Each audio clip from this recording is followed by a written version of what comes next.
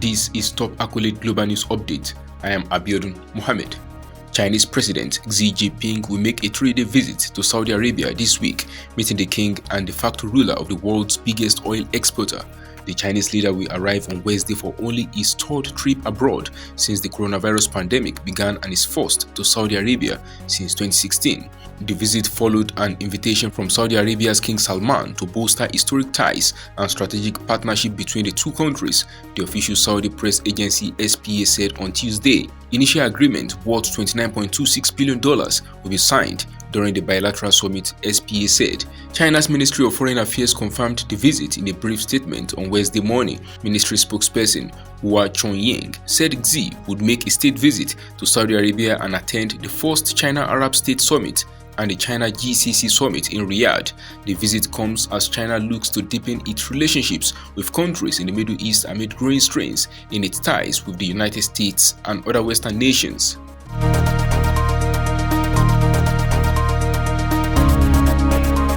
Democratic U.S. Senator Raphael Warnock has defeated Republican challenger Herschel Walker in the Georgia runoff election, according to the Associated Press news agency, ensuring his party an outright majority in the Senate for the rest of President Joe Biden's term.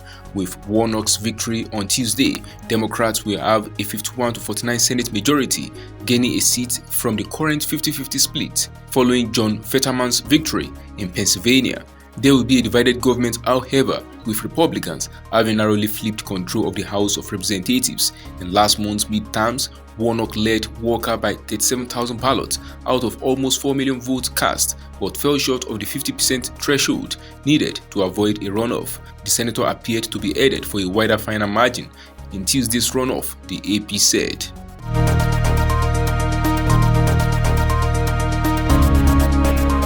German authorities on Wednesday detained 25 members and supporters of a far-right group that the prosecutor's office said were preparing a violent overthrow of the state, with some members suspected of plotting an armed attack on the parliament.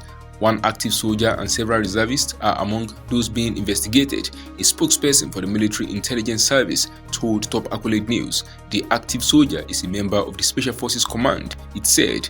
A former parliamentary lawmaker from the far-right Alternative for Germany, AfD, who serves as a judge in Berlin, was also among those detained, along with a former member of a German royal family. Investigators suspect individual members of the group had concrete plans to storm the Bundestag lower house of parliament in Berlin with a small armed group, the prosecutor's office said. One of the suspects, identified as Heinrich 13 PR under Germany's privacy law, had reached out to representatives of Russia, whom the group saw as its central contact for establishing its new order, the office said. It said there was no evidence the representatives had reacted positively to the request. Heinrich, who comes from the royal house of Reuss, which had ruled over parts of eastern Germany, was seen as the designated leader in the group's future state, while another suspect, Rudiger VP, was the head of the military arm, the office said.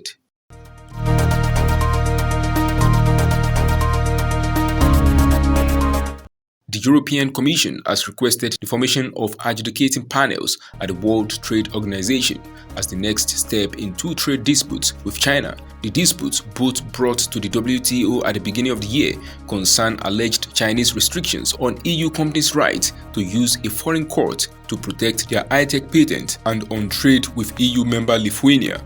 In both cases, the measures are highly damaging to European businesses, the Commission said in a statement on Wednesday, adding that measures against Lithuania disrupted intra-EU trade and supply chains. The Commission, which oversees trade policy for the 27-member European Union, formally requested consultations with China at the WTO, the first step in a WTO challenge. Such consultations rarely resolve disputes. The EU executive said it would request the formation of a WTO panel at the next meeting of the WTO Dispute Settlement Body on December 20th, noting that panel proceedings can last up to 1.5 years. One of the disputes concerns China's downgrading of diplomatic ties with Lithuania from December 2021 and pressure on multinationals to sever links with the Baltic nation of 2.8 million people after it allowed Taiwan to open a de facto embassy in Vilnius. The Commission said China had also placed import bans on alcohol, beef, dairy, logs, and peat shipped from Lithuania on the basis of plant and food safety rules without proving the bans were justified.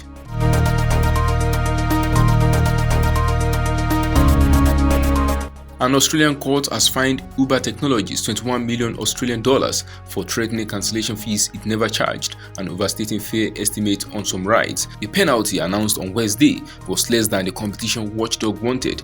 The Australian arm of the US ride-sharing app broke consumer law by misleading customers with warnings they would be charged for cancelling some rides from 2017 to 2021 and by using an inaccurate software algorithm to estimate fares for a taxi service it offered until August 2020, the federal court ruled.